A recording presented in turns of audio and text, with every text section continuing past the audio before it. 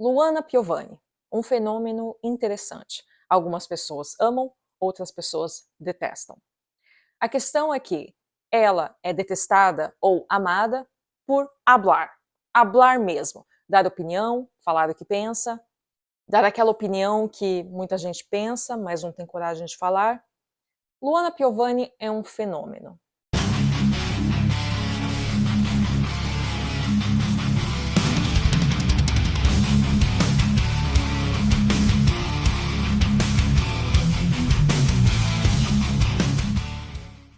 Eu admiro a coragem da Luana de se expor, de falar o que ela pensa, de ligar a câmera e dar opinião sobre assuntos polêmicos, ou às vezes nem tanto, mas eu não idolatro a Luana Piovani por vários motivos. Primeiro, porque eu não idolatro ninguém, eu não gosto de culto às celebridades, eu não gosto de celebridades, então tudo que eu sei é contra a minha vontade, mas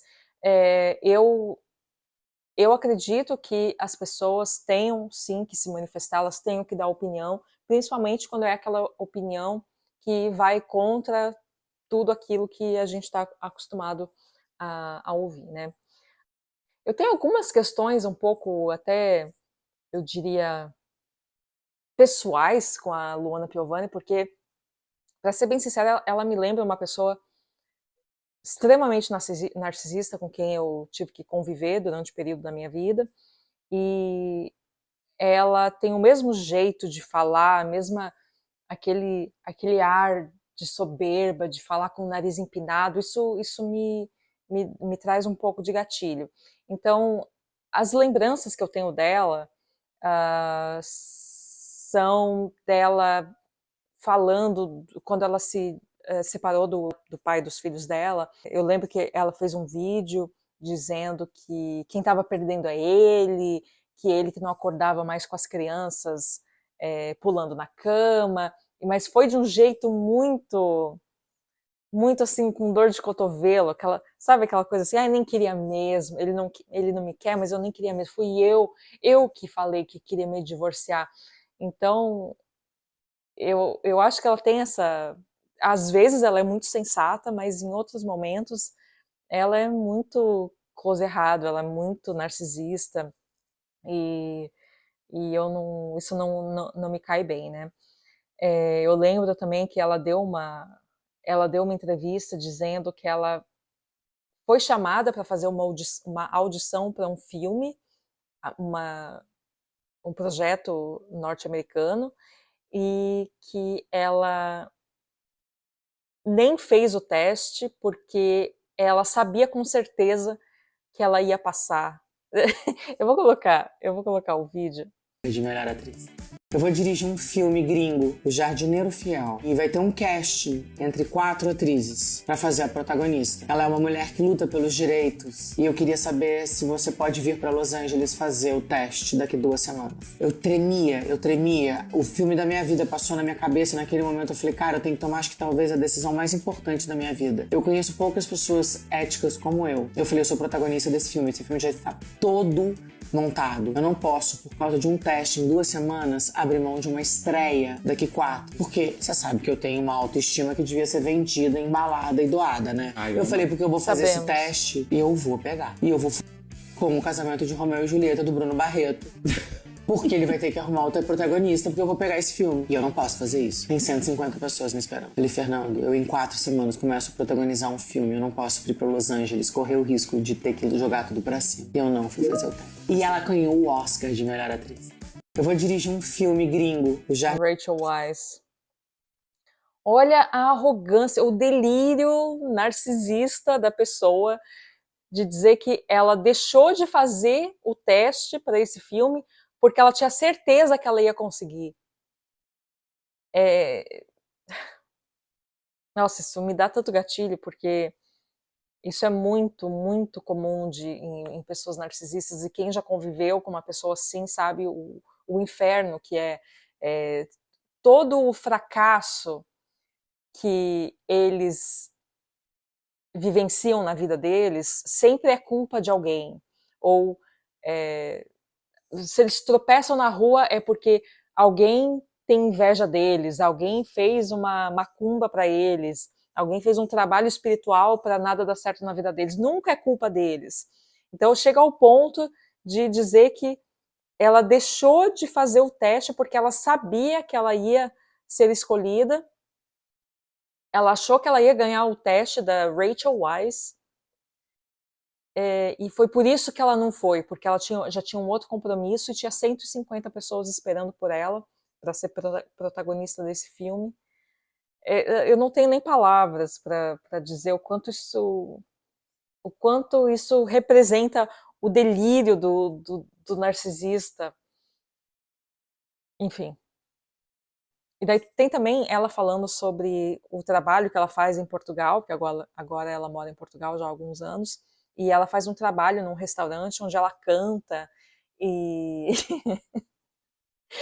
eu vou mostrar o vídeo dela, né, cantando e fazendo essa apresentação dela nesse restaurante, e gente, é muito ruim, é muito ruim. No restaurante. No restaurante. Que as pessoas no restaurante. Gente, desculpa, vocês podem querer me diminuir do jeito que for, mas se as pessoas soubessem o que a gente vive lá dentro, não tem como diminuir, porque ao contrário, é um vulcão de emoções. As pessoas ficam completamente embasbacadas, assim, com as histórias que eu conto, com a qualidade do meu canto. Eu não tô dizendo que eu sou a Mariah Carey, entendeu? Que eu alcanço a última nota. Só tô dizendo que eu estudo canto e que quando eu cantar a música que eu escolhi, você vai ver qualidade no meu canto. Eu não vou desafinar. Ai, que vergonha alheia. Não vou desafinar, tem qualidade no meu canto. Gentil, acessível, enfim.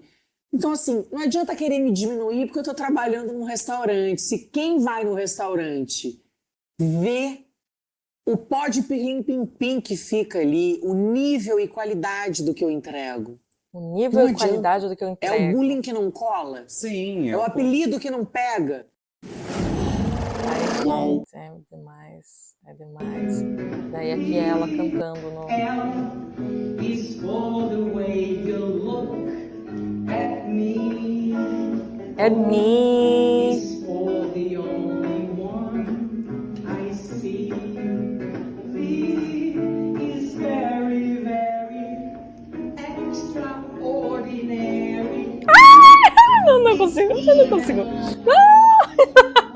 Ai, gente, é muito ruim. É muito ruim. Ela falou que ela canta bem, que ela não é a Mariah Carey, mas que ela canta bem, que ela estuda canto e que a música que ela escolheu ela vai entregar. Amiga, não entregou. Não entregou, não.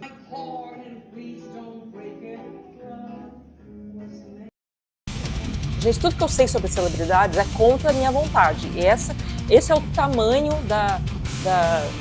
a gravidade do culto às celebridades que nós temos no Brasil e no mundo, porque eu que não quero saber sobre nada, sei um monte de coisas. Ela cantando assim no restaurante me lembrou, eu não sei se vocês lembram desse surto coletivo do Roberto Justus tentando uma carreira de cantor. Ano passado, o mendigo me deu um tapa. Ah, tá.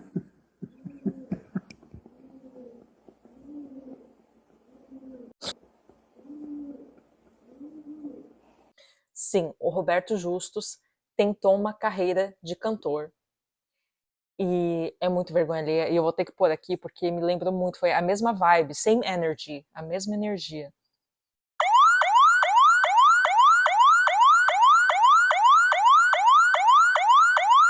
Ai, que vergonha alheia. Então, a Luana Piovani, ela me passa essa mesma vibe, assim, de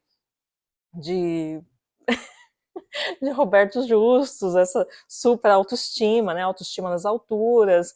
Então, eu lembro também que a Luana Piovani, alguns anos atrás, a Carolina Dickmann estava fazendo uma novela, de novo, tudo que eu sei é contra a minha vontade. Ela escreveu no Twitter uma coisa assim, dizendo que alguém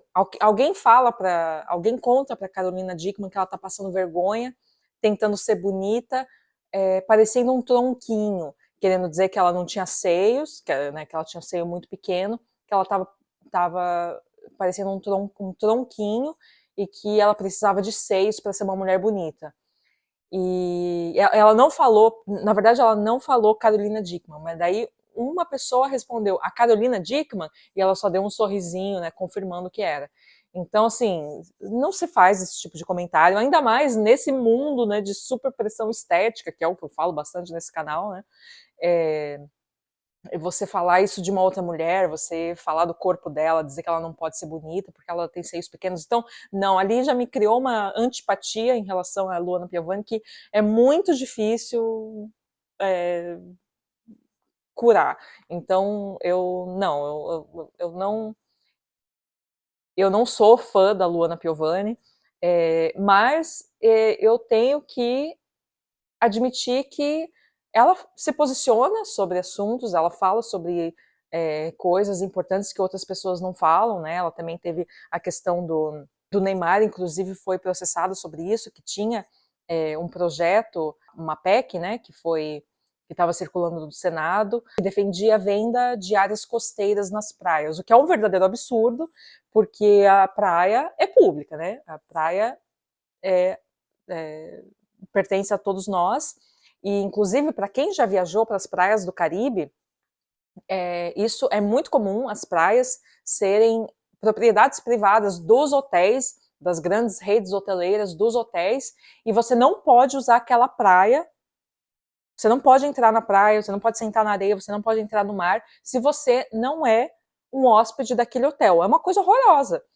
Então, assim, errado em muitos níveis, dá para fazer um vídeo só sobre isso, em por que isso é errado, por que isso é absurdo, e alguns malucos decidiram inventar que queriam fazer a mesma coisa no Brasil, né, delimitar as terras, pedaços de terra de frente para o mar, que seriam pertencentes a redes hoteleiras, a grandes magnatas, e tirando o acesso da população em geral àquele pedaço de terra, de praia, né?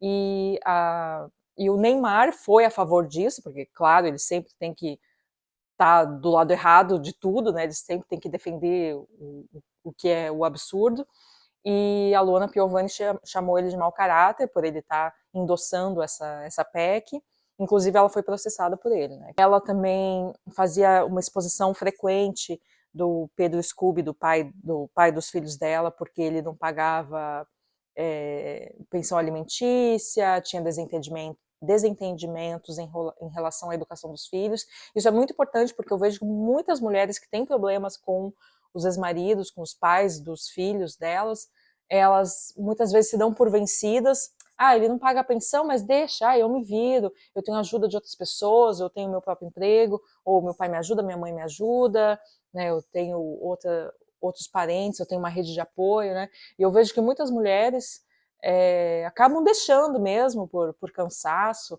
deixam o pai dos filhos dela, ou os ex-maridos, permitem que eles se folguem, né, em relação à educação dos filhos, por se darem por vencidas mesmo, né. E a Luana Piovani não, por mais que ela tenha condições, ela, né, financeiras mesmo, de ser uma mãe solo, de criar os filhos sozinha, se ela quisesse, ela nunca deixou isso barato, né, ela nunca permitiu que o pai dos filhos dela se folgasse, né, para cima dela, e isso é muito importante também, a gente precisa ver mais mulheres realmente indo a fundo e não largando o osso, né.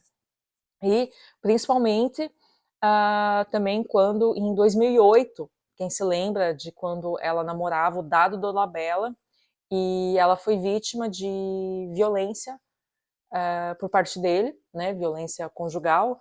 Ele bateu nela, quebrou o braço dela, se não me engano, ele quebrou o braço da assistente dela, né.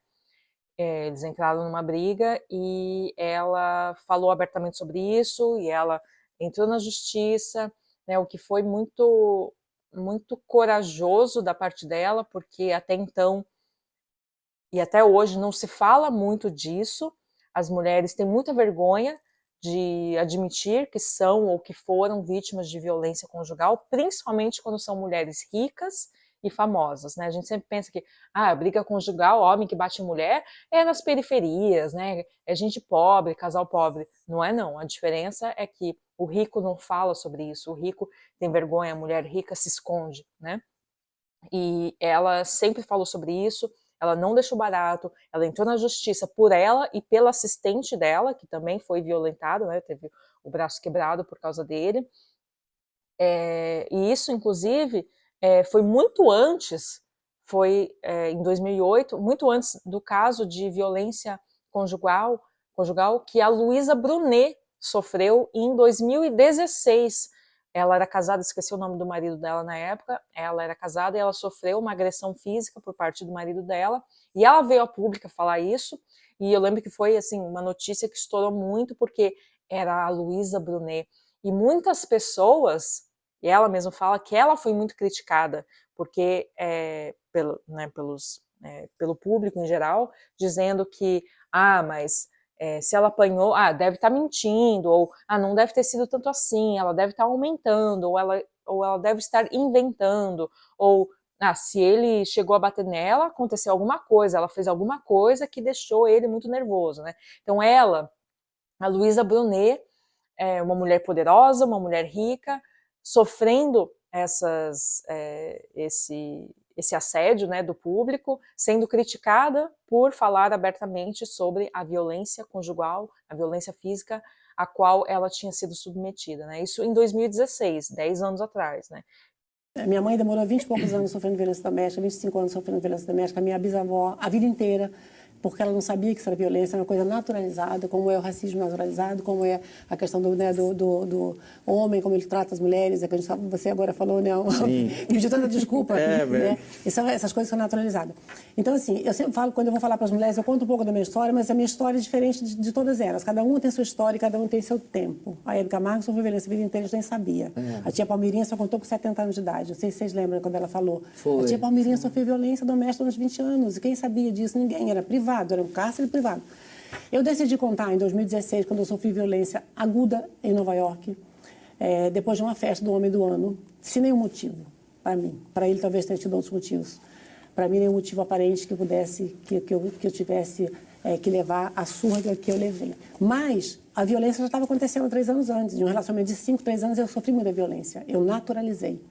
Eu tinha medo de separar. Eu gostava desse homem. Eu não fiquei com ele para ficar uma semana, um dia, ou um mês, ou um ano. A minha intenção era viver com esse homem. A nossa intenção era essa. Porque um casal, a intenção não é de um só. A intenção é de viver junto. Mas eu naturalizei. Até que um dia, eu achei que passou de todos os limites e eu decidi romper com esse relacionamento. Voltei para o Brasil. E realmente eu pensei bastante em fazer denúncia, porque eu fui desestimulada por alguns amigos pessoais do meu ex, e algumas amigas também, inclusive da minha mãe. Ela, não faz isso, você vai se expor, faz isso, vai se expor.